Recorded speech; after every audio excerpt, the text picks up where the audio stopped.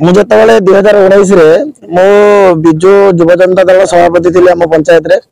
तापरे विजु युव जनता दल जो अन्याय आ कठोर शासन भितर माने मते एमती बांधी दिया गला जेहेतु मु जने दलित परिवार एसी कास्ट पिला मो पर एमती भाव से बांधी देला पर मु बाध्य होली कौन सी गोटे दल को जीवाई कारण मो बर्तमान मोर बयस जेहेतु कम अच्छी मो राजनीति क्षेत्र में कह गले समुद्र संखीटे तेणुक मत जहाँ लगिला सब क्षेत्र में मो आज कांग्रेस को अपनाई नेली। जयदेव जेना नेतृत्व में आनंदपुर स्वाभिमान को देखी मु 2019 कांग्रेस आसिक योगदान देली। देलापर बीजेडी जो मदमांसर राजनीति चली मदमांसर राजनीति रे जहाँकि 2019 निर्वाचन में जयदेव जेना जीतवा कथा से जीति पारे कारण ये भोट फेंसिंग है मदमांसर जो राजनीति चलला से सी पराजय हेले किंतु 2024 निर्वाचन में जयदेव जेना निश्चित जीतबे।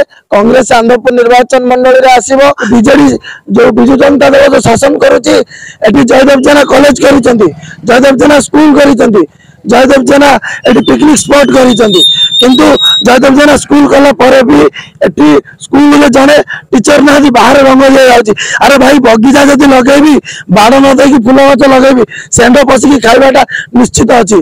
2024 रे एटी आनंदपुर बुझिलानी आनंदपुर निर्वाचन मंडली बुझिलानी एटी जयदेव जेना निश्चित आसीबे। कांग्रेस जितिबो आ गोटे नुआ इतिहास एटी रचिबो।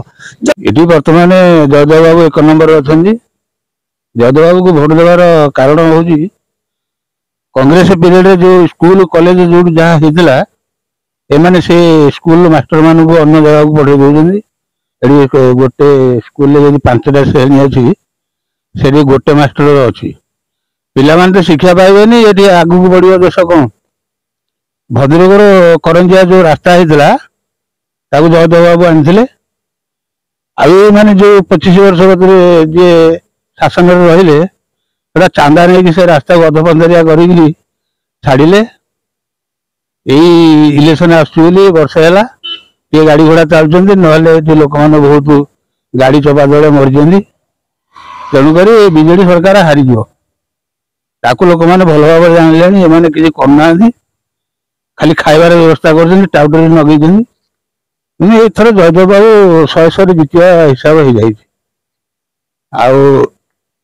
आपण मैंने जानते सारथी घंड सारथी जाकरी पुरी रे चलिए बोली कहला तुलसी से बही खत्म है सेमती जगन्नाथ सागर प्रताड़ना कर गाँ गहली पुरैकी जो निर्यातना कर पादरे पदाघात कर जगन्नाथ ठाकुर ये हरइबे बोली 100 जना बढ़ी जाए।